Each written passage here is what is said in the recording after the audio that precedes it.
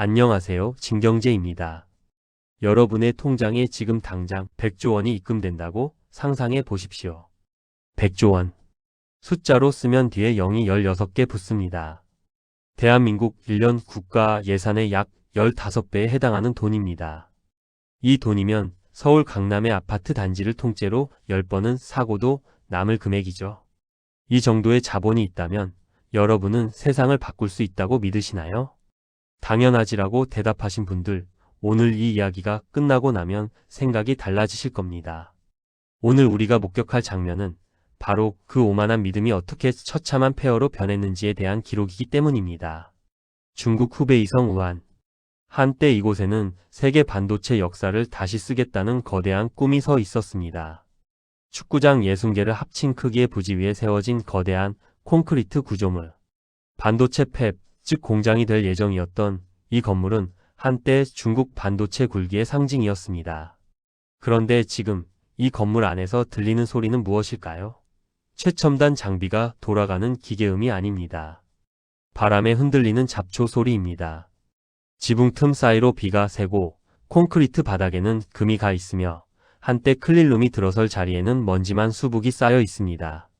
이것이 바로 중국이 대한민국 반도체를 꺾겠다며 야심차게 쏟아부은 130조 원의 현재 주소입니다.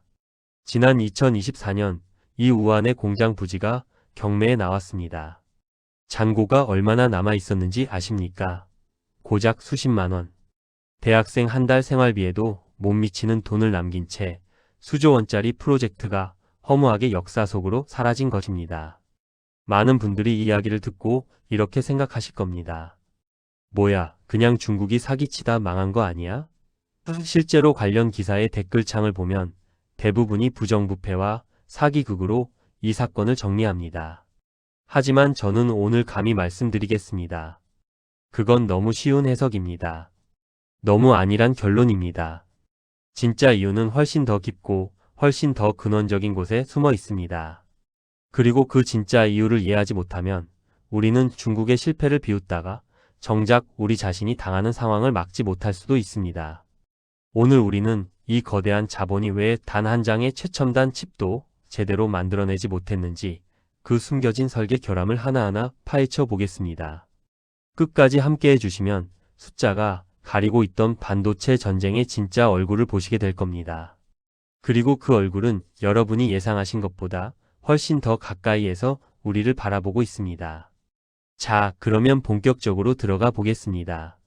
중국의 반도체 투자가 왜 실패했는가? 이 질문에 답하기 위해서는 먼저 반도체를 만드는 과정이 도대체 얼마나 극한의 작업인지를 이해해야 합니다. 여러분, 머리카락 한 올의 굵기가 대략 7만 나노미터입니다. 지금 삼성전자와 TSMC가 만들고 있는 최첨단 반도체의 회로 선폭은 3나노미터입니다. 머리카락 한 올을 2만 3천 등분한 것과 같은 크기의 회로를 실리콘 웨이퍼 위에 새기는 작업입니다. 이 작업이 이루어지는 환경은 어떨까요? 공정 과정에서 온도는 영하 196도에서 섭씨 1000도를 넘나듭니다. 액체 질소보다 차가운 극저온에서 용광로보다 뜨거운 고온까지 이 극한의 온도 변화 속에서 나노미터 단위의 오차를 잡아내야 합니다. 먼지 한 톨이 들어가면 칩 전체가 불량이 됩니다. 그래서 반도체 클린룸의 청정도는 수술실의 10,000배 이상입니다. 경제학에는 시간의 비가역성이라는 개념이 있습니다.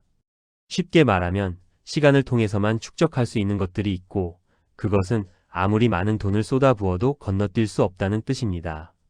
반도체 공정에서 가장 중요한 지표 중 하나가 바로 수율입니다. 수율이란 웨이퍼 위에 만들어진 칩 중에서 실제로 사용 가능한 양품의 비율을 말합니다. 수율이 90%라면 10개 중 9개가 정상이라는 뜻이고 수율이 30%라면 10개 중 3개만 쓸 수 있다는 뜻입니다. 수율이 낮으면 아무리 비싼 장비를 들여놔도 돈을 벌 수 없습니다. 오히려 만들수록 적자가 나죠. 그런데 이 수율을 90% 이상으로 올리는 과정, 이것이 핵심입니다.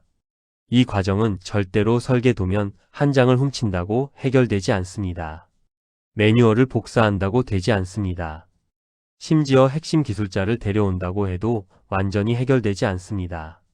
왜냐하면 수율 향상의 비밀은 암묵지에 있기 때문입니다. 암묵지. 이 단어를 기억해 주십시오. 암묵지란 말로 설명하거나 문서로 정리할 수 없는 지식을 말합니다. 자전거를 타는 방법을 글로 아무리 자세하게 써놓아도 그 글을 읽는 것만으로는 자전거를 탈 수 없는 것과 같습니다. 몸이 기억해야 합니다. 수없이 넘어지고 다시 일어나고 페달을 밟는 그 반복의 과정을 통해서만 체득할 수 있는 감각이 있는 것이죠. 반도체 공정에서의 암묵지는 이런 것입니다. 증착 공정에서 가스의 유량을 0.1%만 조절했더니 수율이 2% 올라갔다. 에칭 공정에서 플라즈마의 세기를 특정 구간에서만 미세하게 바꿨더니 불량률이 줄었다. 이런 것들은 교과서에 나오지 않습니다. 수십만 번의 시행착오를 통해 수천 명의 엔지니어들이 밤을 새워 가며 한 줄 한 줄 기록한 데이터 속에만 존재합니다. 삼성전자의 반도체 라인에서 일하는 엔지니어들이 축적해온 이 데이터의 양은 상상을 초월합니다. 수십 년간 쌓인 공정 데이터, 불량 분석 보고서, 장비별 최적 조건 기록. 이것들이 하나의 거대한 지식 생태계를 이루고 있는 겁니다. 중국은 이것을 알고 있었습니다. 그래서 삼성전자와 SK하이닉스의 핵심 기술자들을 연봉 5배, 심지어 10배까지 제시하며 모셔갔습니다. 실제로 적지 않은 인력이 중국으로 건너갔습니다. 하지만 여기서 중국이 간과한 것이 있습니다. 반도체 공장은 한 명의 천재가 운영하는 곳이 아닙니다. 수천 명의 숙련된 엔지니어들이 하나의 유기체처럼 움직여야 하는 거대한 생명체입니다. 한 명이 빠져나왔다고 해서 그 생명체의 기억 전체를 가져올 수는 없습니다. 심장을 떼어왔다고 해서 몸 전체를 복제할 수 없는 것과 같습니다. 더구나 그 엔지니어가 새로운 환경에서 일한다고 해도 주변의 지원 시스템이 전혀 다릅니다. 장비 엔지니어, 소재 전문가, 품질 관리 인력, 데이터 분석팀. 이 모든 구성원이 톱니다 바퀴처럼 맞물려 돌아가야 비로소 수율이 올라갑니다. 핵심 기술자 한 명이 중국에 가서 할 수 있는 일은 마치 오케스트라, 지휘자가 악기 없는 텅 빈 공연장에 선 것과 같은 상황이었던 겁니다. 이것이 중국의 첫 번째 설계 결함입니다. 기술은 살 수 있지만 시간은 살 수 없다. 돈으로 사람은 데려올 수 있지만 그 사람이 속해 있던 시스템의 기억은 가져올 수 없다. 130조 원이라는 천문학적인 돈도 이 시간의 벽 앞에서는 무력했습니다. 이제 두 번째 이야기로 넘어가겠습니다. 중국의 반도체 굴기를 가로막은 또 하나의 거대한 벽, 바로 장비 문제입니다. 2022년 미국이 네덜란드를 압박해 ASML의 극자외선 노광 장비, 즉 EUV 장비의 중국 수출을 전면 금지시킨 사건은 이미 잘 알려져 있습니다. 이 사건은 전 세계 뉴스의 헤드라인을 장식했고 많은 전문가들이 이것만으로도 중국의 첨단 반도체 꿈은 끝났다고 분석했습니다. 하지만 오늘 제가 주목하고 싶은 것은 이 뉴스 뒤에 숨어있는 더 충격적인 숫자들입니다. EUV 노광 장비, 이 기계 한 대의 가격은 약 4천억 원입니다. 대한민국 중소도시의 1년 예산과 맞먹는 금액이죠. 그런데 이 기계 한 대에 들어가는 부품이 약 10만 개입니다. 10만 개의 부품 하나하나가 인류 과학 기술의 정수를 담고 있습니다. 그 중에서도 가장 핵심적인 부품은 바로 렌즈입니다. 이 렌즈를 만드는 회사는 전 세계에 단 하나뿐입니다. 독일의 칼 자이스. 170여 년의 역사를 가진 이 광학 기업이 만드는 초정밀 거울과 렌즈가 없으면 EUV 장비는 그냥 거대한 고철 덩어리에 불과합니다. 10만 개의 부품 중 단 하나의 렌즈만 빠져도 기계 전체가 작동하지 않습니다. 여기서 잠시 EUV 장비가 실제로 어떻게 작동하는지 간단히 설명드리겠습니다. 이 장비는 초당 5만 번의 속도로 주석 방울을 떨어뜨립니다. 그리고 이 주석 방울에 고출력 레이저를 2번 연속으로 쏩니다.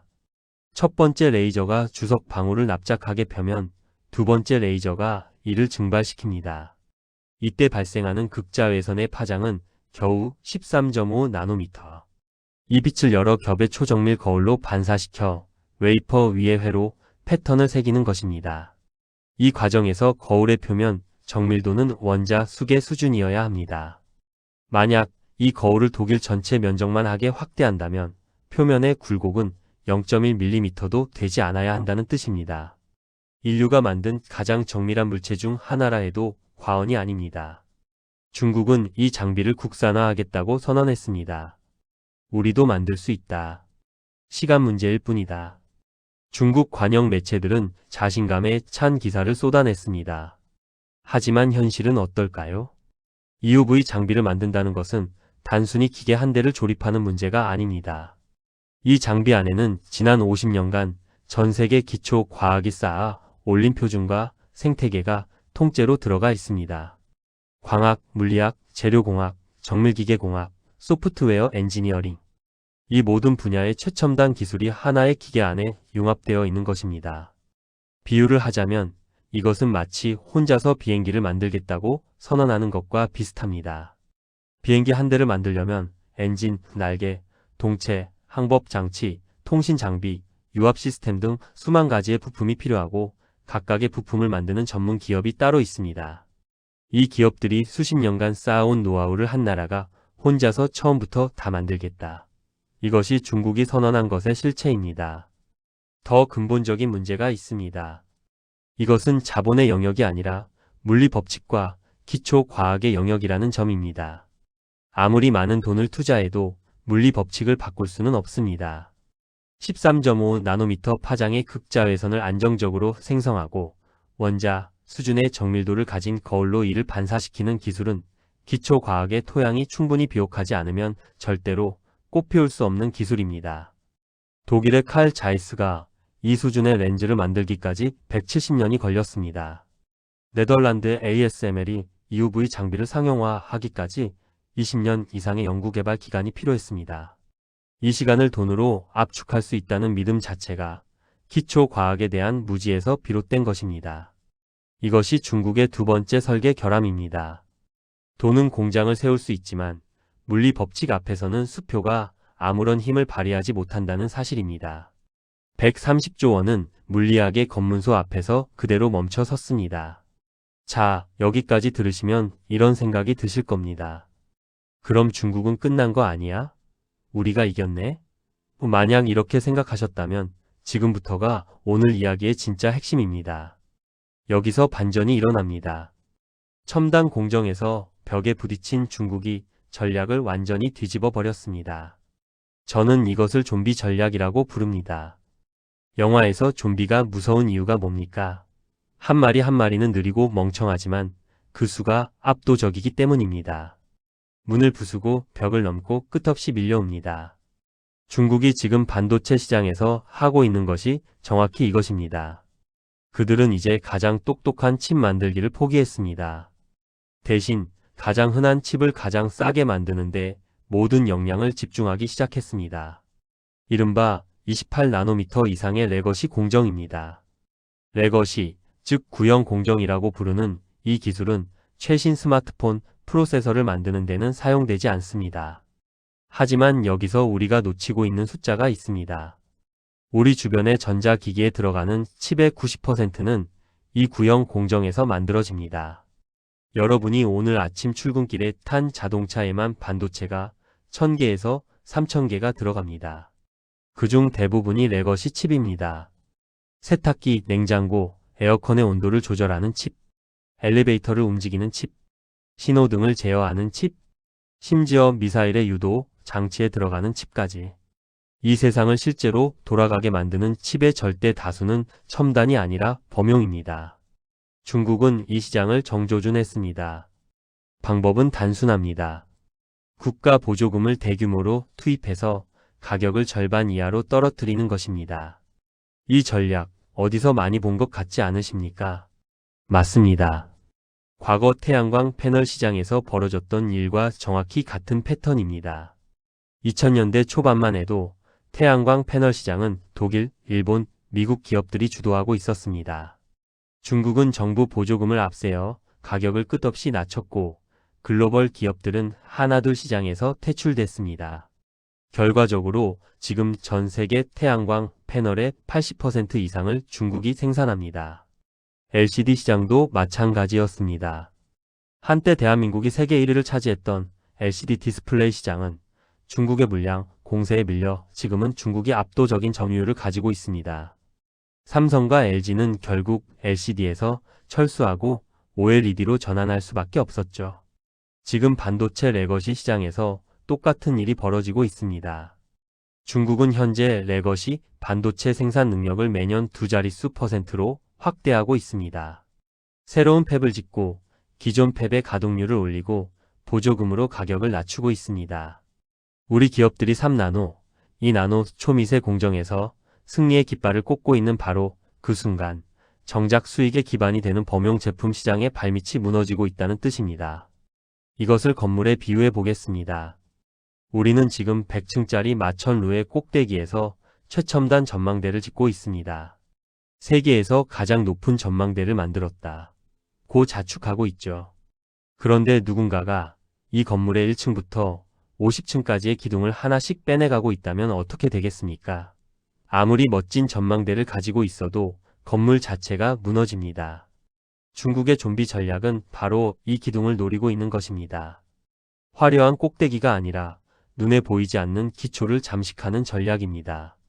자, 이제 이 이야기가 왜 여러분 개인의 삶과 직결되는지 말씀드리겠습니다. 이 부분이 어쩌면 오늘 이야기에서 가장 불편한 진실일 수 있습니다. 국민연금. 대한민국 국민이라면 누구나 납부하고 은퇴 후에 돌려받기를 기대하는 그 돈입니다.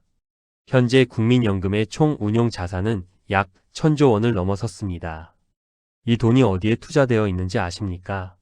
국민연금이 보유한 국내 주식 중 가장 큰 비중을 차지하는 종목은 삼성전자입니다. 국민연금은 삼성전자의 최대 주주 중 하나이고 삼성전자 주가의 등락은 곧 국민연금 수익률의 등락과 직결됩니다. 삼성전자의 사업 구조를 보면 반도체 부문이 전체 영업이익에서 차지하는 비중이 압도적입니다. 반도체가 흔들리면 삼성전자 전체가 흔들리고 삼성전자가 흔들리면 국민연금이 흔들리고 국민연금이 흔들리면 여러분의 노후가 흔들립니다. 이 연결고리를 기억해 주십시오. 반도체, 삼성전자, 국민연금, 여러분의 노후. 이 4개의 도미노가 일렬로 서 있습니다. 중국의 레거시 반도체 물량, 공세가 삼성전자의 범용 반도체 사업의 수익성을 갉아먹기 시작하면 삼성전자의 영업이익률이 하락합니다. 영업이익률이 하락하면 주가가 영향을 받고 주가가 하락하면 국민연금의 수익률이 떨어집니다. 수익률이 떨어지면 미래에 여러분이 받을 연금의 가치가 줄어듭니다. 물론 삼성전자 한 기업의 주가만으로 국민연금 전체가 결정되는 것은 아닙니다. 하지만 삼성전자가 대한민국 주식시장에서 차지하는 비중과 상징성을 생각하면 그 영향은 결코 무시할 수 없습니다. 반도체 전쟁은 더 이상 클린룸 안에서 하얀 방진복을 입은 기술자들만의 리그가 아닙니다. 전 국민의 생존이 걸린 경제적 실전입니다. 여러분이 매달 월급에서 빠져나가는 국민연금 보험료, 그 돈의 미래 가치가 지금 이 순간 반도체 전쟁터에서 결정되고 있다는 뜻입니다. 이것이 우리가 중국의 반도체 전략을 단순한 국제 뉴스가 아니라 내 가족의 미래와 직결된 문제로 인식해야 하는 이유입니다. 먼 나라의 공장 이야기가 아닙니다. 여러분의 지갑 이야기입니다. 하지만 다행히 우리에게는 아직 넘볼 수 없는 성벽이 하나 남아 있습니다. 바로 HBM, 고대 역폭 메모리입니다. 인공지능 시대가 본격적으로 열리면서 전 세계 데이터 센터는 지금 전례 없는 수준의 메모리 수요에 직면해 있습니다. 챗GPT 같은 대형 언어 모델을 학습시키고 운영하려면 엄청난 양의 데이터를 순간적으로 처리해야 합니다. 이때 필요한 것이 바로 HBM입니다. HBM이 무엇인지 간단히 설명드리겠습니다. 일반 메모리 칩이 아파트 한 층이라면 HBM은 이 아파트를 수직으로 12층, 16층까지 쌓아 올린 초고층 건물입니다. DRAM 칩을 수직으로 적층하고 이를 TSV라는 미세한 구멍을 통해 정기적으로 연결합니다. 이 구멍의 직경은 머리카락의 수백 분의 1 수준입니다. 여기서 핵심은 단순히 칩을 쌓는 것이 아니라 쌓는 과정에서 발생하는 열과 정기적 간섭을 제어하면서도 데이터 전송 속도를 극대화해야 한다는 점입니다. 12층을 쌓을 때 아래층의 칩이 위층의 열 때문에 오작동하면 안 됩니다. 수천 개의 TSV 구멍이 정확하게 정렬되어야 합니다. 단 하나라도 어긋나면 전체가 불량입니다. 이 기술은 단순한 제조를 넘어선 예술의 영역입니다. SK 하이닉스가 이 분야에서 세계 1위를 차지하고 있는 것은 우연이 아닙니다. 수십 년간 DRAM 기술을 축적해온 기반 위에 패키징이라는 새로운 차원의 기술을 융합했기에 가능한 것입니다. 엔비디아의 젠슨 황 CEO가 공개석상에서 SK 하이닉스를 이름지어 칭찬한 이유가 여기 있습니다. 전 세계에서 엔비디아의 AI 칩에 탑재되는 HBM을 가장 안정적으로 가장 빠르게 공급할 수 있는 기업이 SK 하이닉스이기 때문입니다. 중국이 이 기술을 따라잡으려면 어떻게 해야 할까요? 먼저 세계 최고 수준의 DRAM 기술이 있어야 합니다. 그 위에 초정밀 TSV 기술이 있어야 합니다. 여기에 열 관리 기술, 테스트 기술, 그리고 이 모든 것을 통합하는 시스템 설계 능력이 있어야 합니다. 이 중 어느 하나라도 빠지면 HBM은 만들 수 없습니다. 현재 중국이 이 기술 요소 중 세계 최고 수준에 도달한 것은 단 하나도 없습니다. 이것이 우리가 가진 최후의 보루이며 중국이 아직 흉내낼 수 없는 초격차의 지점입니다. 하지만 절대로 안심해서는 안 됩니다. 지금 이 순간에도 기술 유출의 손길은 더 교묘해지고 더 은밀해지고 있습니다. 과거의 기술 유출은 비교적 원시적이었습니다. 도면을 USB에 담아 가거나 설계 파일을 이메일로 보내는 방식이었죠. 하지만 이제는 차원이 다릅니다. 도면을 훔치는 수준을 넘어 핵심 인재의 머릿속에 있는 감각 자체를 사가려 합니다. 앞서 말씀드린 암묵지 기억하시죠? 문서로 옮길 수 없는 그 지식. 이것은 사람의 머릿속에만 존재합니다. 그래서 이제는 사람 자체를 가져가려 합니다. 단순히 높은 연봉을 제시하는 것을 넘어 합작 법인 설립을 제안하거나 연구소 공동 운영을 제안하거나 심지어 은퇴한 엔지니어에게 컨설팅 명목으로 접근하는 방식까지 동원됩니다. 더 우려스러운 것은 인공지능 기술이 발전하면서 기술 유출의 방식도 진화하고 있다는 점입니다. 공정 데이터를 AI로 분석해서 핵심 파라미터만 추출하는 것이 가능해지고 있습니다. 과거에는 1000페이지짜리 보고서를 통째로 가져가야 했다면 이제는 핵심 데이터 몇 줄만 있으면 AI가 나머지를 추론할 수 있는 시대가 오고 있다는 뜻입니다. 우리가 가진 초격차의 성벽이 아무리 높아도 그 성벽의 벽돌을 하나씩 빼내가는 손을 막지 못하면 성벽은 결국 무너집니다. 기술 보안은 이제 기업의 보안팀만의 문제가 아니라 국가 안보의 문제입니다. 결국 이 전쟁의 승패를 가르는 것은 무엇일까요? 누가 더 많은 돈을 가졌느냐가 아닙니다. 중국의 130조 원이 그것을 증명했습니다. 누가 더 좋은 장비를 가졌느냐도 아닙니다. 장비는 결국 운영하는 사람의 역량에 의해 가치가 결정되기 때문입니다. 이 전쟁의 승패는 누가 더 단단한 시스템을 가졌느냐, 그리고 누가 더 철저한 보안 의식을 가졌느냐에 달려 있습니다. 중국의 130조 원짜리 실패는 우리에게 하나의 문장으로 요약되는 교훈을 남겼습니다. 기술은 살 수 있지만 시간은 살 수 없다. 삼성전자의 클린룸에서 SK 하이닉스의 연구소에서 밤새 데이터를 분석하며 수율을 0.1% 올려온 엔지니어들의 시간. 수십 년간 축적된 이 시간의 무게를 돈으로 환산할 수는 없습니다. 하지만 이 시간의 가치를 지켜내는 것은 이제 그 엔지니어들만의 몫이 아닙니다. 정부가 기술 보안 체계를 강화해야 합니다. 기업이 인재 유출 방지에 투자해야 합니다. 그리고 우리 국민 모두가 반도체 산업의 전략적 가치를 이해하고 이를 지켜내겠다는 의식을 가져야 합니다. 대한민국 반도체의 진정한 힘은 공장의 기계 안에 있지 않습니다. 그 기계 앞에서 밤을 지새운 사람들의 기억 속에 있습니다. 수만 번의 실패를 견디고 그때마다 다시 일어나 데이터를 기록한 사람들의 집념 속에 있습니다. 오늘 밤 잠들기 전에 여러분의 스마트폰을 한번 바라봐 주십시오. 그 안에 들어있는 작은 칩 하나. 손톱보다 작은 그 칩이 품고 있는 무게를 다시 한번 생각해 보시길 바랍니다. 그 칩 위에는 대한민국 엔지니어들의 밤이 새겨져 있습니다. 그 밤의 가치를 지키는 것이 곧 우리 모두의 미래를 지키는 일입니다. 감사합니다. 진경재였습니다.